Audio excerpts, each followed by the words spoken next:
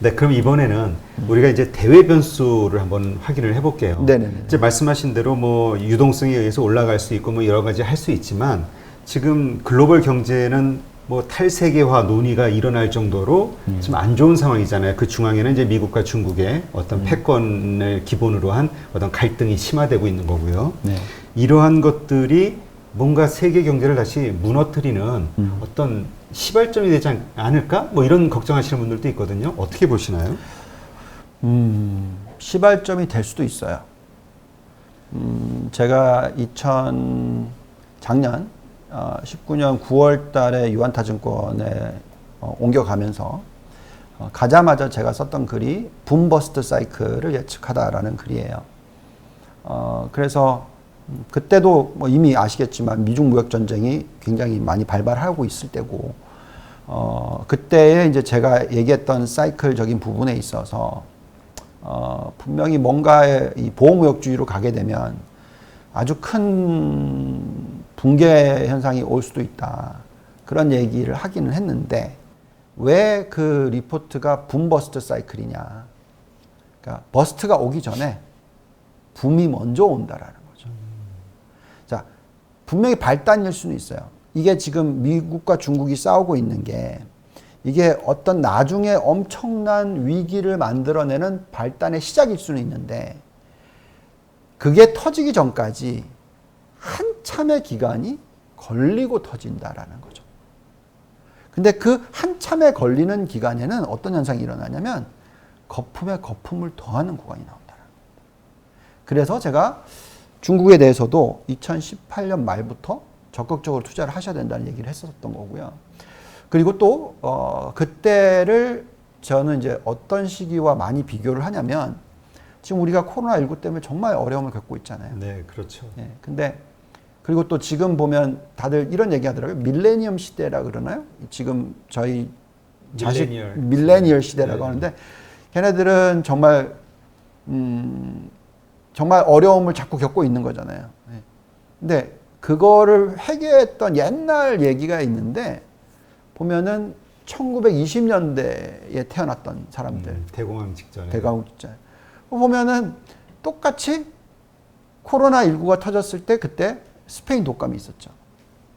스페인 독감은 언제 생겼냐면 뭐 2차 세계대전 일어나기 전, 1차 세계대전 전. 그리고 나서 1921년부터 한번 보시면 네. 1921년부터 자 그래서 1919년부터 1921년까지가 스페인 독감이 터졌던 때잖아요. 네.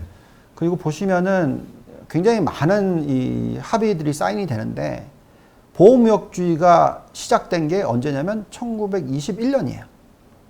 정말 그리고 그 보호무역주의가 정말로 큰 영향을 미친 것이 1930년대까지.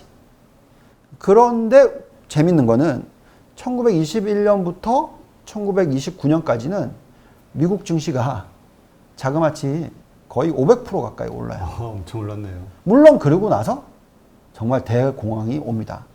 이 공황은 아까 사이클 말씀드렸는데 그때 89%짜리 하락. 그러니까 엄청난 하락이 오죠. 그래서 지금 현재 시점이 여기가 지금 미중 무역 이슈가 막 터지는 시기에 코로나19가 막 터지는 시기일 수 있는 건데 이걸 언젠가는 뭔가 터지는 거에 시발점이 됐긴 했는데 그 전에 거품에 거품을 물 수도 있다라는 거거든요. 근데 재밌는 거는 그때를 생각해 보시면 이때가 이제 1차, 2차 산업혁명이 끝나고 네. 2차 산업혁명이 끝났던 시기가 1914년이에요.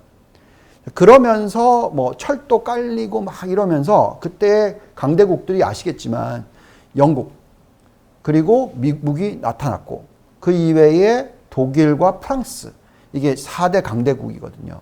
이거 서로 막 싸우다가 결국 독일만 바보되고 독일이 하이퍼 인플레이션이 터지고 그러니까 히틀러가 나오고 2차 세계대전 이렇게 연결되는 거거든요.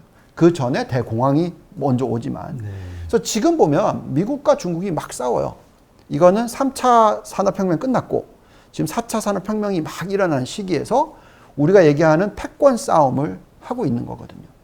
그래서 중요한 포인트는 대공황이 터지기 전까지 이 큰 장이 서는데 이때 왜 이렇게 섰냐? 네. 지금과 똑같다라는 얘기죠. 뭐냐면 너도 나도 다 부양책을 쓰고 있는 거예요. 경기가 안 좋으니까. 그러니까 막 돈을 찍어내고 재정을 막 풀고 재밌는 거 보시면은 그때 지금 우리가 금리가 낮다고 얘기하잖아요. 네. 그때도 시기를 한번 보시면 미국의 10년 국채 금리가 겨우 3%대밖에 안 됐어요. 정말 낮은 금리 시대였어요. 더 빠지기도 합니다. 그러니까 그리고 그때 엄청나게 부채를 쓰는 거죠. 그래서 저 대공황 전에 이 엄청난 거품을 만들어냈고 이 거품이 일어났었을 때 미국만 저렇게 상승했냐? 아니에요. 영국도 300% 오르고 독일도 오르고 프랑스도 오르고 다 올랐어요. 그래서 지금 미국이 저렇게 오르면 중국도 오르는 거고 한국도 오르는 거고 심지어는 못 나가던 유럽이랑 일본도 오르는 거고 이런 현상이 나오는 거죠. 그래서 지금은 정말로 뭔가 문제를 터뜨리는 이슈들이 지금 막 나오고 있는데 그거의 끝이 당장 내년에 일어날 거다 이게 아니라 한 몇 년 뒤에 그 전에 엄청난 거품을 만들고 일어날 거다라고 생각하는 게 중요할 것 같습니다. 네. 근데 이제 그렇게 지지부진한 어떤 그 관계가 시간이 지속이 된다는 거는 양쪽이 뭔가 결정타가 없을 때 그런 상황이 연장이 되는 거잖아요. 네. 그러면 생각하시기에 미국과 중국의 이런 갈등 상황은 어느 한쪽이 일방적인 우위를 점하면서 압박을 가하는 게 불가능한 상황이라고 보시는 건가요? 그렇죠. 왜 그러냐면 지금 우리가 싸우고 있는 쪽 패권 싸움이라고 얘기하는 걸 보시면 미국과 중국이 뭘 갖고 싸우고 있습니까? 지금 관세. 예, 근데 관세인데 어떤 산업을 가지고 싸우고 있어요? 아, 지금 이제 그 4차 산업과 관련된 그렇죠. 부분들. 그러니까 화웨이 공격하고 뭐 틱톡 얘기 나오고 다 이게 뭐냐면 4차 산업혁명에 관련된 누가 나중에 먹거리 다 가져갈 거야. 이거잖아요. 미래 산업과 관련해서. 예. 그러니까 지금 누가 우위인지가 정확하게 판가름이 난 게 아니잖아요. 그래서 무슨 얘기냐면 확실하게 우위를 판가름하려면 거기에 엄청난 돈을 퍼부어야 된다는 거죠, 먼저. 그 퍼부음과 마찬가지로 그게 거품을 만든다는 거죠. 물론 효율은 떨어질 수 있어요. 왜? 아니 중국도 지네 만들고 그렇죠. 미국도 자기네들 만들면 이거 이피션시가 효율이 확 떨어질 거 아니겠습니까? 그래서 돈을 2배로 더 풀어야 되는 거고. 근데 그거는 엄청난 거품을 만드는 거죠. 그래서 효율, 프로덕티비티, 생산성은 떨어질 수 있으나 거품은 제대로 더 키울 수 있다. 그래서 근데 어느 한쪽이 완전히 이기는 게 딱 나오면 그때는 정말 한쪽은 완전히 박살이 나죠. 그렇겠죠. 예. 근데 지금 많은 분들이 이렇게 미국과 중국 간의 이 현재 상황에서 미국이 일방적으로 이길 것이라고 이제 많이 생각들을 하시더라고요. 근데 이게 결코 그렇지 않을 수도 있다라는 거를 생각해 봐야 되는 거네요. 저도 일방적으로 미국이 이길 거라고 생각을 했었어요. 그러니까 저는 이제 제가 독특한 커리어를 갖고 있거든요. 왜냐하면 한국에서 태어나서 자랐지만 중학교 때 미국의 이민을 갔고 네. 미국에서 10년 가까이 살면서 대학을 다 마쳤고 그 자본주의를 배웠고 그리고 나서 그 외국계 투자은행에서 일을 시작을 했고 그리고 나서 운용 쪽을 어디서 했냐면 중화기에서 했어요. 그러니까 즉 싱가포르에서 일을 했고 북경에서 일을 했고 그 기간이 한 6년이 됩니다. 그래서 그 기간에서 양쪽의 국가의 차이점을 경험을 했죠. 근데 그랬기 때문에 저는 이렇게 생각했어요. 미국이 무조건 이기지. 중국은 못 이겨. 왜? 쟤네들은 사회주의 국가고 이쪽은 민주주의 국가고 그렇기 때문에 또 이 산업은 정말 앞서 나가 있고 이렇게 생각했단 말이죠. 그래서 제가 매번 얘기했지만 중국보다는 미국 투자를 해라 라고 얘기를 했어요. 근데 재밌는 현상은 2018년, 19년, 20년 요때까지는 참 중국이 잘 버텨요. 네. 이번에 코로나도 마찬가지잖아요. 예. 중국은 빨리 빠져나왔고 미국은 저렇게 헤매고 있고 물론 아직까지도 저는 미국이 무조건 이긴다고 생각합니다. 근데 시장의 참가자들은 그래? 아닐 수도 있는 거 아니야? 이런 의구심이 생기기 시작했다는 거죠. 게다가 이번 4차 산업은 이거는 민주주의가 아니라 사회주의 애들이 더 잘하는 거 아니야?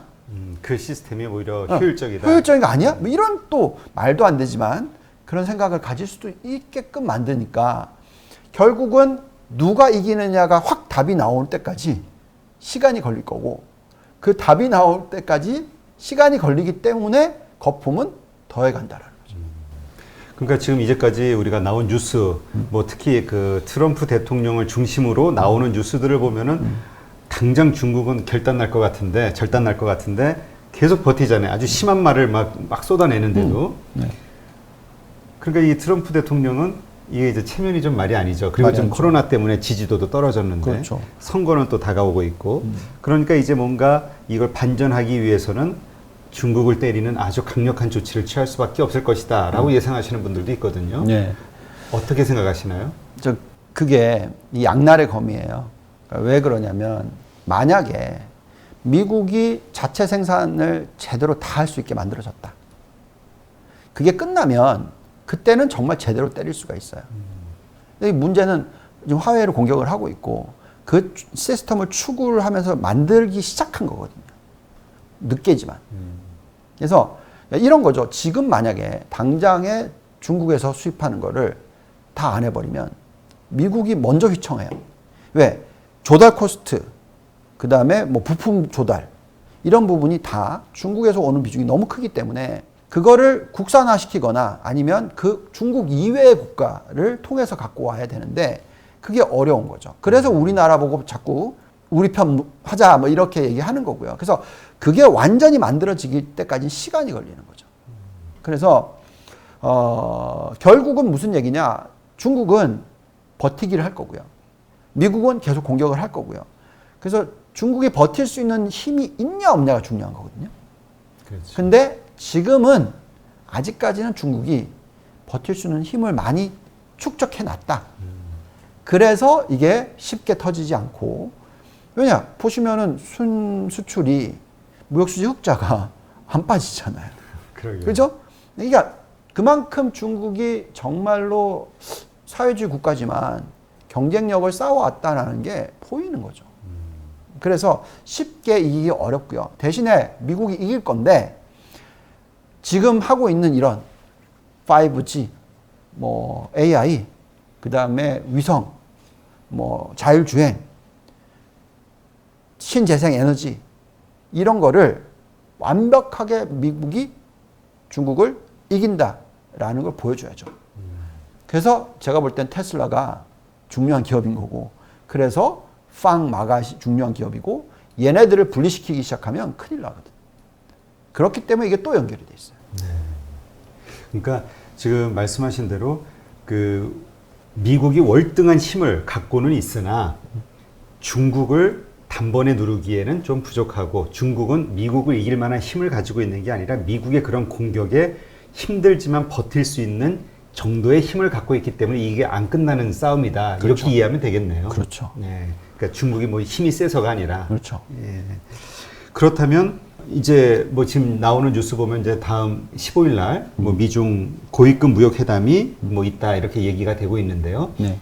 여기에서 뭔가 손을 잡는 쪽으로 갈까요? 아니면은 뭔가 더 갈등이 심화될까요? 뉴스 나오는 거 보면 왜 이번에 볼튼인가요? 자서전 같은 데 보면은 네. 트럼프가 겉으로는 언론에다 대고 막 중국 욕하고 강하게 얘기했지만 중국 딱 팀 만나면 막 사정하고 애원했다 막 이런 얘기도 나왔잖아요. 네. 그러니까 체면이 확상했는데 네. 어떤 식으로 협상을 끌고 가려고 할까요? 저는 이번 대선이 굉장히 중요한 시기라고 생각을 합니다. 그리고 대선의 결과에 따라서 제가 시장을 보는 눈이 좀 바뀔 수도 있어요. 원래는 워런 버핏은 정치적인 이슈를 가지고 시장을 보지 말라고 얘기를 하는데, 저도 안 보려고 노력을 하지만 뭔가 의미적인 변화를 일으키게 된다면 저는 보게 되는데, 만약에 트럼프 대통령이 재선 당선이 된다. 자, 그러면 저는 지금 방금 말씀하셨던 질문에 대해서 걱정을 할 거예요. 왜? 트럼프는 이제 이미 두 번째고 앞으로 4년밖에 더 못하죠. 그렇죠. 자, 그러면 이 사람이 굉장히 자아가 강한 사람이잖아요. 네. 네. 그러면 내가 뭔가를 하고 끝내고 싶어. 내가 그러지 않았다는 걸 보여주기 위해서. 그래서 완전 중국을 뭐 이렇게 되든 말든 간에 공격을 해버리면 이건 진짜 이제 생각했던 것보다 빨리 끝날 수도 있겠죠. 이제 이렇게 될 수가 있어서 저는 트럼프 대통령이 만약에 당선이 된다 그러면 처음에는 안 그러겠지만 아마 이 횟수를 더해서 마지막 4년 되기 전에 뭔가 정말 제대로 터질 수 있다라고 걱정을 할 거예요. 근데 만약에 그게 아니고 바이든이 당선이 된다. 저는 바이든이 당선이 되면 오히려 미국 주식보다는 중국 주식을 더 많이 비중을 늘릴 것 같아요. 왜요? 왜냐하면 더 오래 걸릴 거고 그리고 오히려 좀 지금은 사실은 기업의 경쟁력을 더 키워가지고 기업을 가지고 중국 기업들을 눌러야 되는데 그게 아니라 바보같이 세금을 올려버려요. 국민들한테 나눠줘야 된다고. 이렇게 해버리면 못 이기거든요. 그렇죠. 그러니 미국 팔고 중국 사야죠. 그래서 저는 이게 굉장히 중요하다고 저는 생각합니다. 물론 정치적인 요소를 가지고 투자를 하면 필패인데 이번만큼은 굉장히 요의주시할 수밖에 없는 타이밍이다. 그러니까 선거의 승자가 누가 될 것이냐에 따라서. 그리고 나서 트럼프가 되면 저는 아마 어느 시점에서는 팔 거고요. 바이든이 돼도 어느 시점에서는 팔 건데 미국은. 근데 세금을 때리느냐 안 때리느냐에 따라서. 세금을 만약에 안 때린다. 지금 20% 미만의 법인세를 옛날 고점이었던 30%대로 올리지만 않는다면 저는 바이든이라면 계속 들고 갈 것 같아요. 그래서 이거는 정말로 중요한 타이밍이고 어떻게 보면은 이번에 트럼프든 바이든이든 잘해야지 패권을 정말 유지하고 중국을 한번 혼내주고 또 100년을 갈 수 있는 거고 그걸 못하면 기껏해야 20, 30년이면 끝나는 그리고 중국이 정말 지 원이 될 수 있는 이런 어떤 타이밍이기 때문에 잘 지켜봐야 된다라고 걱정을 합니다. 네. 물론 미국이 이길 거라고 저는 생각합니다. 네. 그리고 미국이 이겨야 된다고 좀 뭐 심지어는 생각을 합니다. 왜냐하면 민주주의, 자본주의 이런 예측이 가능하죠. 그게 정말 중요하니까. 네. 갑자기 너 감옥 가 이렇게 하면 어떻게 해요, 그죠? 또 갑자기 제2의 민주화 운동을. 네. 근데 어쨌건 투자하시는 투자자 입장에서는 바이든이 됐을 때와 트럼프가 됐을 때 그리고 말씀하신 대로 그들이 되고 나서의 어떤 액션, 정책들에 따라서 내가 어떻게 할 것인가에 대해서는 한번 미리 사전에 이렇게 대응법에 대해서 고민을 해놓으시는 게 필요하겠네요. 정말 필요합니다. 네. 정말 필요합니다. 그러니까 하여튼 지금 어려운 시기인 것 같아요. 코로나 이후로 어려운 실물 경제도 문제지만 네. 미중 갈등으로 인해서 생기는 또 그런 대외 변수. 그렇죠. 더군다나 한국은 그 가운데 샌드위치를 껴가지고. 네. 근데 그거를 저는 걱정을 안 하는 게 아니라 걱정은 하되 잘 대응한다고 저는 생각하는 게 자 그래서 2013년에도 책을 썼는데 책 제목이 뭐냐면 위기의 한국 경제 그래도 희망은 있다라고 해요. 왜냐면 우리나라가 저는 제가 말씀드렸잖아요. 미국에도 살아보고 중국에도 살아보고 근데 우리나라가 정말 국민들이 똑똑하고 제대로 방향만 잡아주면 충분히 경쟁에서 이기더라고요. 네. 그래서 저는 걱정스럽긴 하지만 충분히 이길 수 있다. 네. 생각합니다. 알겠습니다. 네. 네.